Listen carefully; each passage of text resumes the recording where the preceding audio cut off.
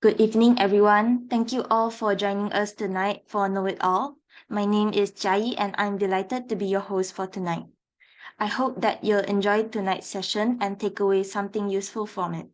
Today, we will be focusing on studying in Australia, and joining us here is Hemani. She's a second-year medical student in Monash University, Australia, and she'll be sharing us today about her school and her experience of how she got where she is today. So here's a rough idea on what we'll be doing tonight. We'll start off the event with a talk by Hemani, followed by a Q&A session at the end, for everyone to clarify any doubts you may have. Feel free to type the questions in the Slido link provided in the chat box. As we will proceed with the event, kindly refrain from typing questions in the Zoom chat box. And before we begin, make sure to read the housekeeping rules posted in the chat box or shown by you here. And please abide by the rules, or else we will not hesitate to remove you from the meeting. Without further ado, it's yours.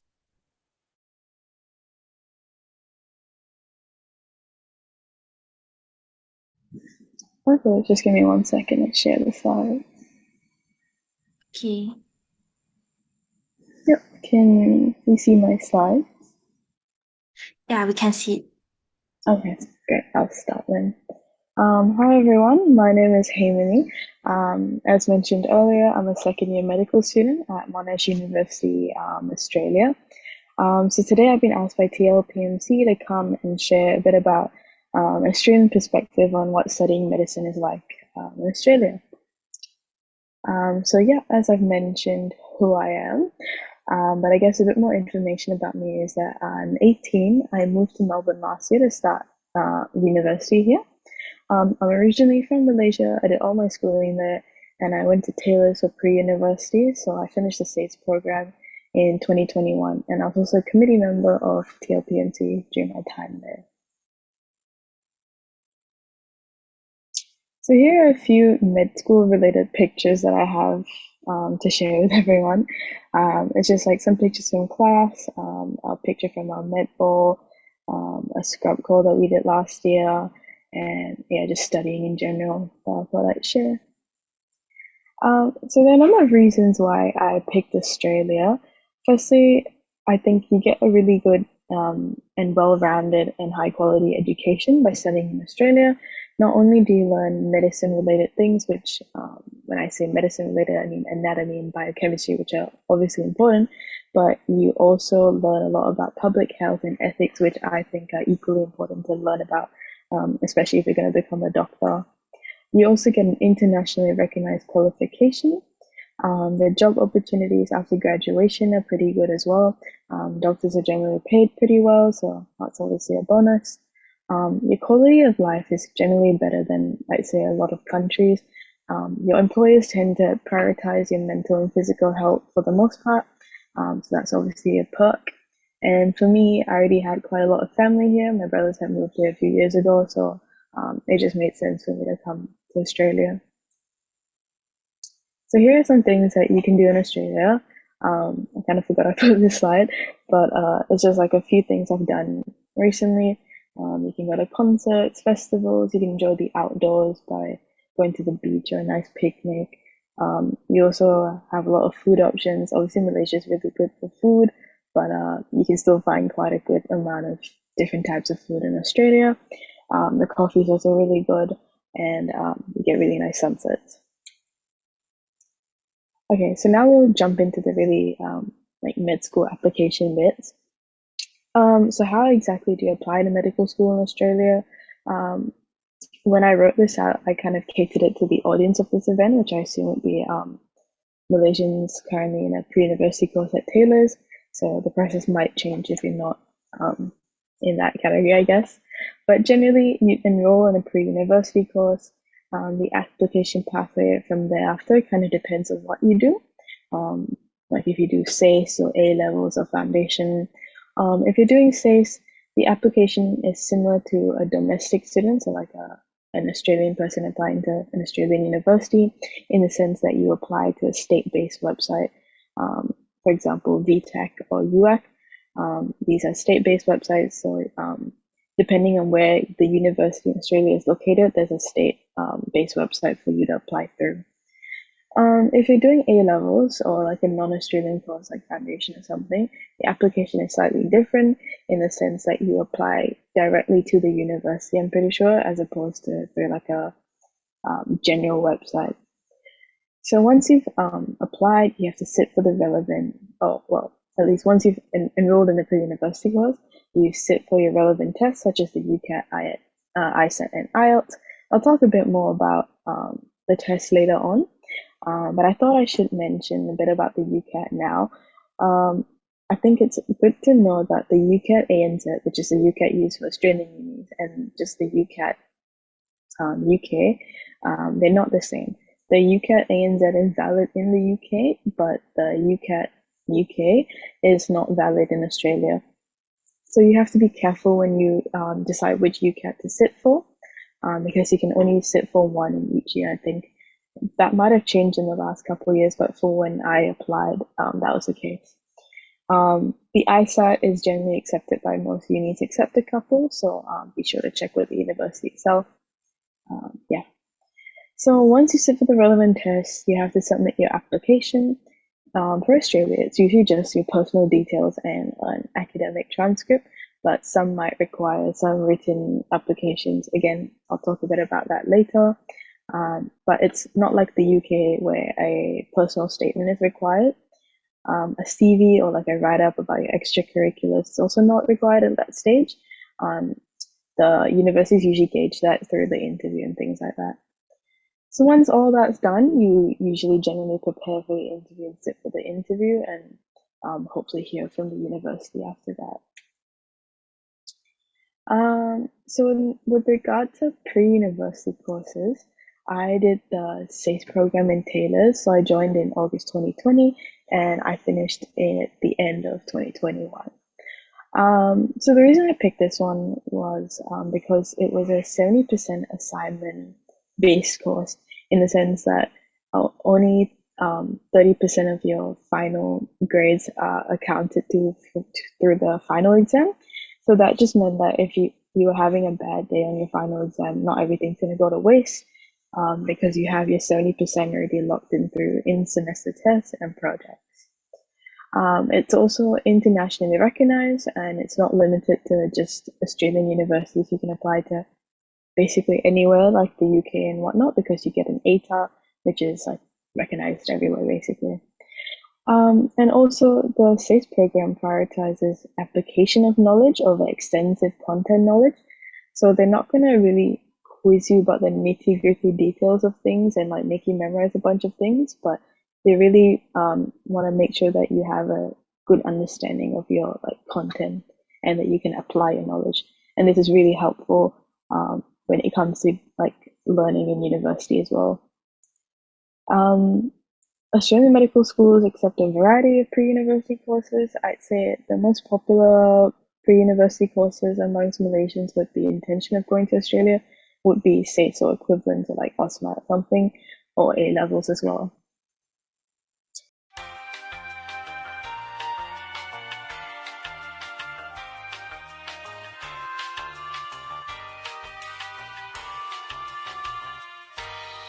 Take it.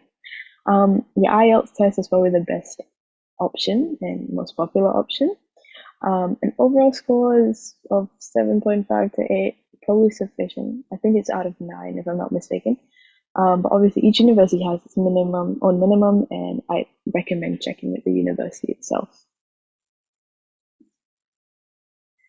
Okay, and again with admissions and aptitude tests, I'm not going to go super in depth about this today, but in a previous TLPMC event, that was a really good overview on all the different types of application tests, from Australian ones to British ones, and also a bit about the IELTS test. So I definitely recommend checking that out. The link is on the sides and I think available on the YouTube channel as well.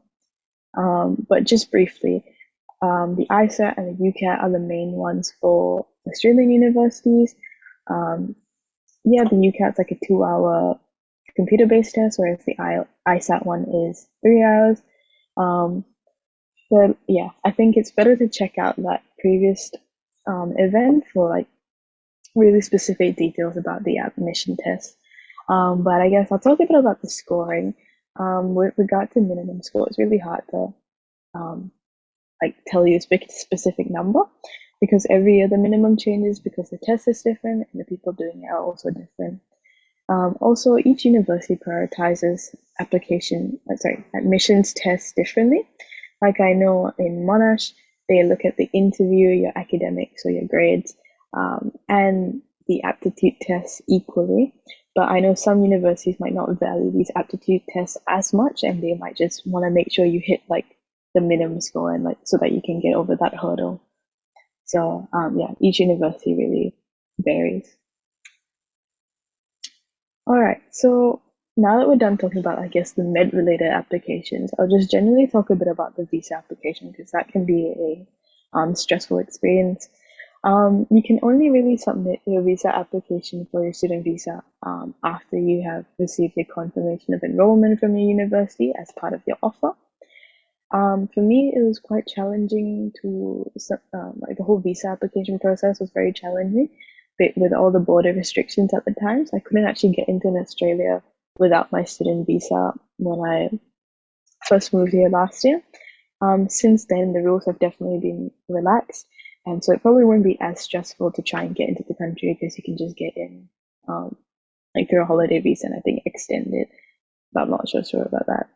I was also under 18 at the time of starting university, so that was an additional challenge for me as it required more documents and forms to be filled out. So it's definitely a bit of a harder process when you're a minor. Anyway, regarding the process itself, I did everything myself in the sense I didn't get an agent, but I'm aware that a lot of my friends use an agent, but it just requires additional charges. But I think you could do it yourself as well because generally it's a quite straightforward and self-explanatory process. The website's also very helpful to guide you through everything. And yeah, I think it's pretty easy once you like read through all the instructions. You also need to get a medical checkup and things like that, but there are specific places to get it done at, and there's a clear protocol as to how to do it, and the website just goes over everything. All right, so I guess we'll talk a bit about cost of living. There's no doubt that the Australian cost of living, at least compared to Malaysia, is a lot more expensive and a bit higher. But there are many factors that influence the cost of living. So depending on the choices you make, you can live a more economical life, I guess. So for example, living in the city or living in the suburbs, obviously if you live in the city, it's going to be a lot more expensive than if you live in the suburbs. Again, the type of place you live in, if you live in a studio apartment by yourself, it's going to be a lot more expensive because you're paying for that entire area of living. Whereas if you have a share house or you live on like campus, like you actually share like halls of residents on campus, it'll be a bit cheaper obviously as well. Again, I've listed a few different factors and like the alternatives you can take or make. And I've also listed a living cost calculator for you that I think Study Australia provides, just to, I guess, gauge how much living in Australia could be for you. And I'd say it's pretty accurate. I tried using it as well. I've also got a few tips on how to, I guess, save as a student in Australia. Use public transport when you can, because there are concession rates, which makes it cheaper for students. At least in Victoria, that's how it works. Other states might be different, but roughly, I'd say you get a good deal for your money. Cook your own food as well, if possible. Groceries are actually not that much more expensive than Malaysia, as long as you don't buy like the fanciest brands that exist. So yeah, definitely recommend cooking your food and like maybe meal prepping, things like that. Maybe get a gym membership if that's your thing, but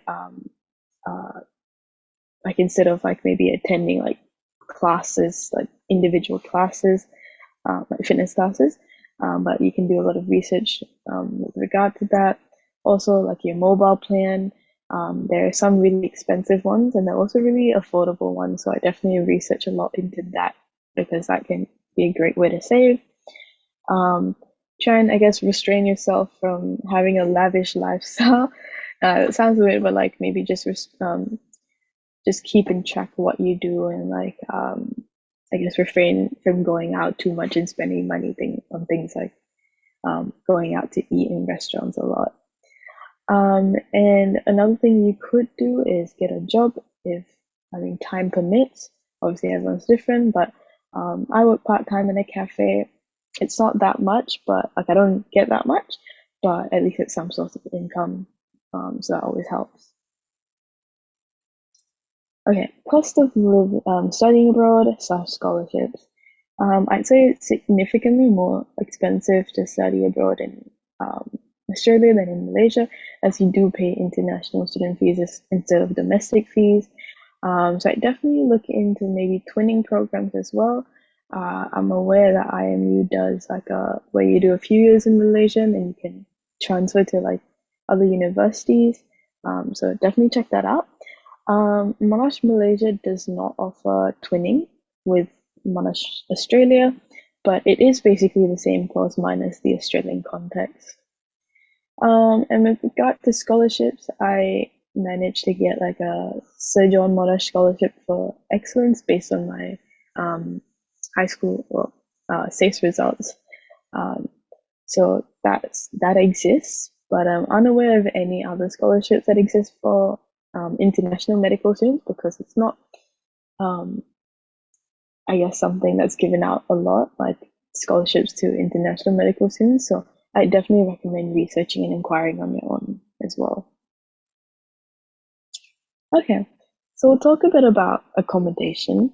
Again, this is my experience. It would vary a lot between universities and cities, but I'll just share anyway. I've got some pictures as well of my room, like the dining area, like our dine-ins and a ball that we had last year. Essentially, currently I'm staying at the halls of residence in Monash, like on campus. I've had an amazing experience so far. I met many people from many different backgrounds and made some really good friends. I think deciding to live on campus definitely has its perks in terms of convenience as you get to class, as you get to class pretty quickly. And it's also a great way to meet people because you're constantly surrounded by people, as opposed to, I guess, living in a studio apartment where you're more isolated. Sure, you might have to share toilets, showers, and kitchens, but I think the benefits of meeting people and like the fun you have outweigh all of this. It might be a bit more expensive than a share house initially, like living off campus in like a house with other people. But when you first arrive in a new country, you don't know many people, so I recommend, if you can, to live on campus because that just is a great way to meet people and then you can find people to move out with. So it's really more realistic as well. It's also a lot cheaper than a studio apartment, as I mentioned earlier. And Monash, specifically for med school, it's located in the suburbs. So that makes it a lot cheaper than, I guess, living in the CBD. Yeah. So go on a bit about Australian culture, I guess. Yeah, I mean, it's honestly not like super crazy or anything. It's quite similar for the most part to Malaysia. There's really not too much of a difference. But here are some points that I got like of talking to people and just like looking online and my own experiences. Generally, people are very open-minded and easygoing and pretty laid back. So that obviously just makes life easier and like I guess slightly less stressful. And open-minded in the sense students come from very diverse backgrounds, but they're generally quite liberal and like support equal rights and things like that. So that's obviously really good.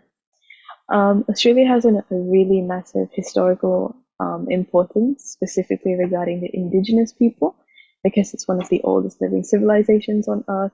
And it's really important to learn about their culture and uphold respect to them on their land. The university takes a lot of priority in making sure that their students are aware of Indigenous rights. So you generally have to do like a little short module on it throughout the year as well. And I think it's really important and interesting as well to learn. Shops also close very early in Australia for some reason. It's really weird, but like your retail stores close like by about 5 p.m. I know in Malaysia things are open till like 10, 11 p.m., but here things are closed quite early for some reason. And like restaurants as well, they close around 8 p.m. if they're not like a, I guess, dinner restaurant. Like if it's just like a normal restaurant, they tend to close quite early as well, cafes as well. Sports is a really big thing, specifically AFL, which is like the Australian Footy League. Honestly, I don't know that much about the football, but like I've watched a couple matches and it's like an interesting sport, I guess. Specifically in Melbourne, it's very popular, so that's something. Universities also really take advantage of the active learning system here, in the sense that instead of just getting a bunch of lectures where like the lecturers just like talking to you and you're absorbing information in a passive way, universities like to use an active learning format where like through workshops and practicals and tutorials. So in these, like you go through cases and you get asked like questions to help consolidate information. And I think that's a really good way of just learning your information. Also informalities. I feel like, I mean, at least when I moved to Australia, it was a bit of culture shock in the sense, I guess their class is a bit more informal than it is in high school.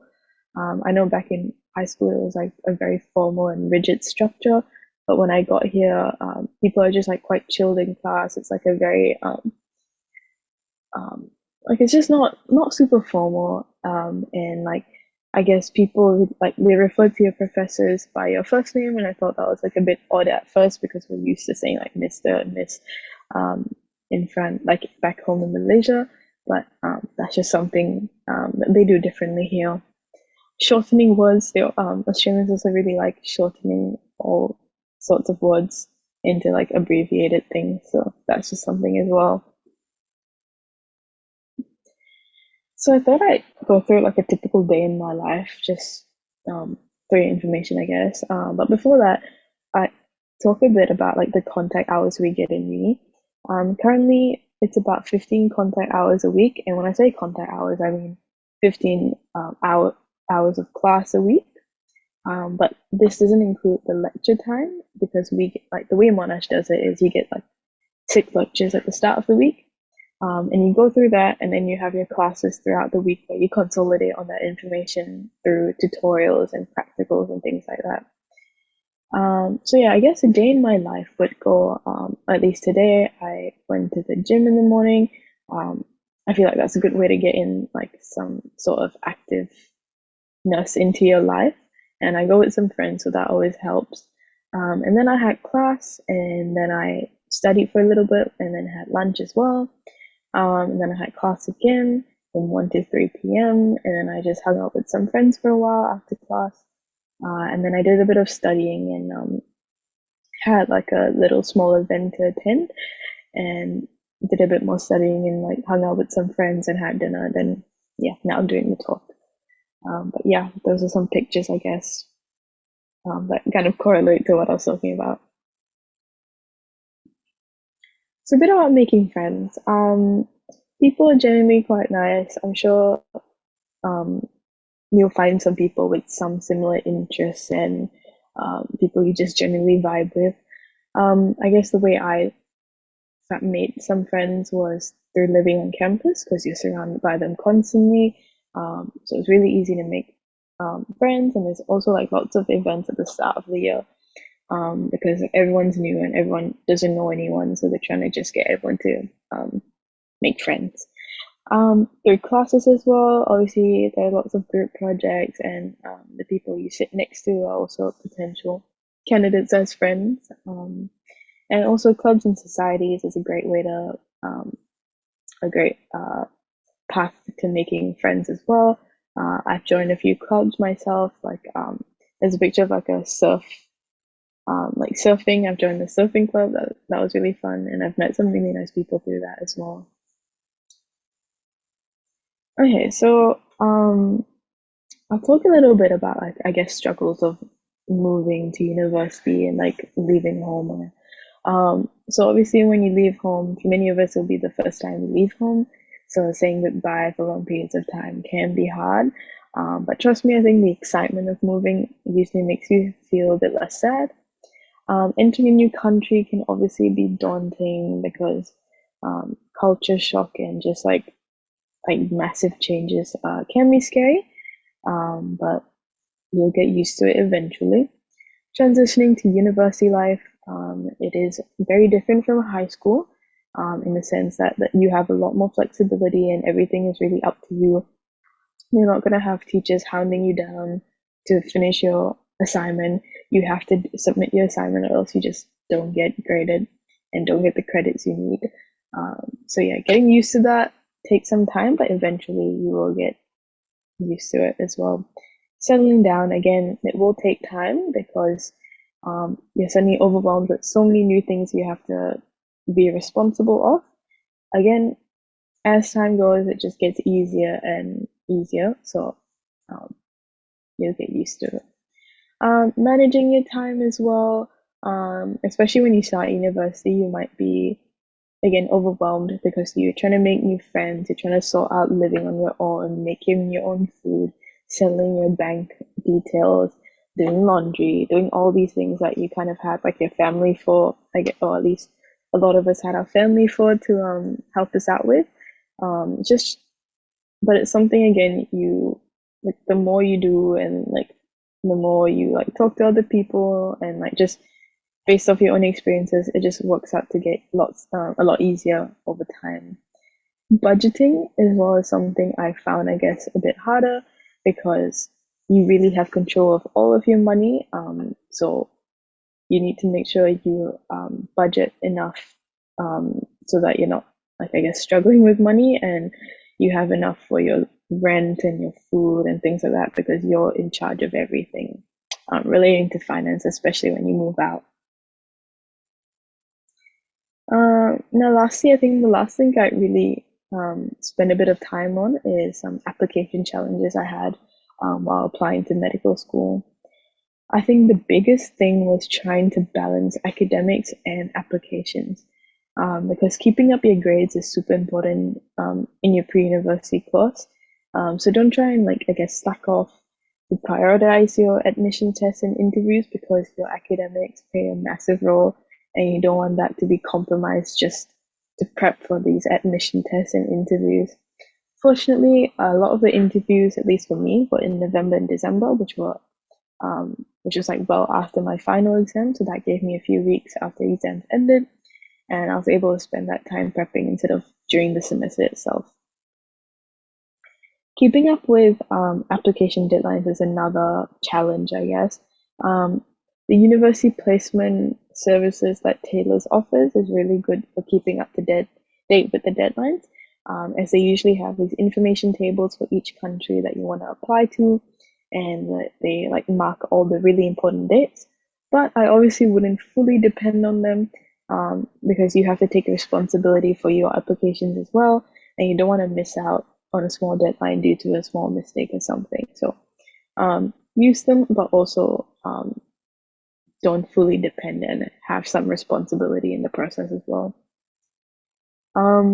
Next is a bit about personal statements. Although Australia does not require personal statements like the UK, some universities like UNSW and the University of Tasmania, they have like a written component to their application where you answer some of their questions and they sort of judge your interest in medicine. I definitely recommend working on it well before it's due and not just leaving it to the last minute um, because you want to be able to come back to it and polish it up before you finally submit it.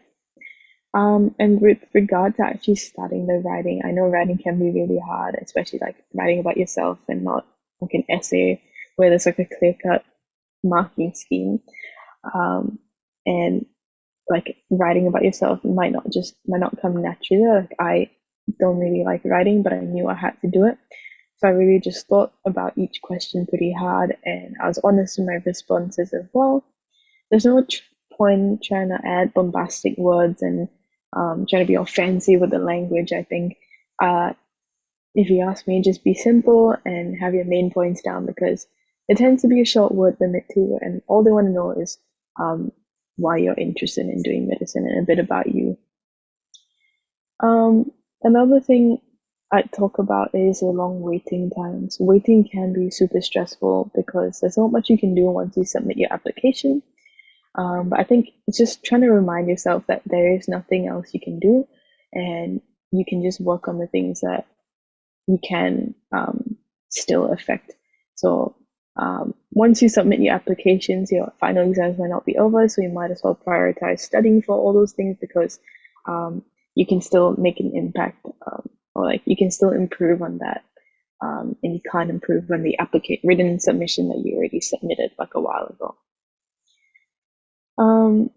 And honestly, the last thing I guess address would be logistics, specifically your visa, accommodation, travel after receiving your offer. I found like this whole like logistics and visa part to be one of the most stressful things in this whole application process, because your offers tend to come out late. For instance, I got some offers in January, when the university actually starts in February, like the university intake starts in February. So that just makes planning really crammed, and you have to like do all this visa and accommodation and start packing and like trying to get ready to move. So that can be very stressful, but it's really just like a short period of rush. So I just like try and persevere through it, because in the end you'll be very happy once you get there. Yeah, I think that's all I really want to talk about today. Obviously, if you have any questions, I'll have an answer of it. I'll try and answer them. But yeah, thank you for listening to my talk today. Okay, thank you, Hemani, for this informative presentation. And I hope this sharing session has provided everyone with some useful information. Without further ado, we can move on to our Q&A session. You can drop your question down in the Slido link provided in the chat below, and I'll share my screen right now. You can scan, you can scan this QR code also. And we have a few questions already. The first question, anything you suggest to bring to Australia? Like, because the things there are quite expensive, like compared to Malaysia. Yeah. Honestly, like I guess take advantage of having Shopee and things like that, because unfortunately there's no Shopee here. We've only got Amazon. Um, so small things like that you can't, or like that are very specialized to only being found on Shopee. I guess order those things before you come. But I wouldn't buy too many things, because like a lot of like the plug points and all are different. So there's some things that you should just get here, and you can find some things pretty cheap in places like Kmart and Target. Yeah. Okay, so can you talk a little more about the internship opportunities there? Internships. Honestly, I'm not entirely sure about I guess like internships, but like especially the ones that you can do during med school.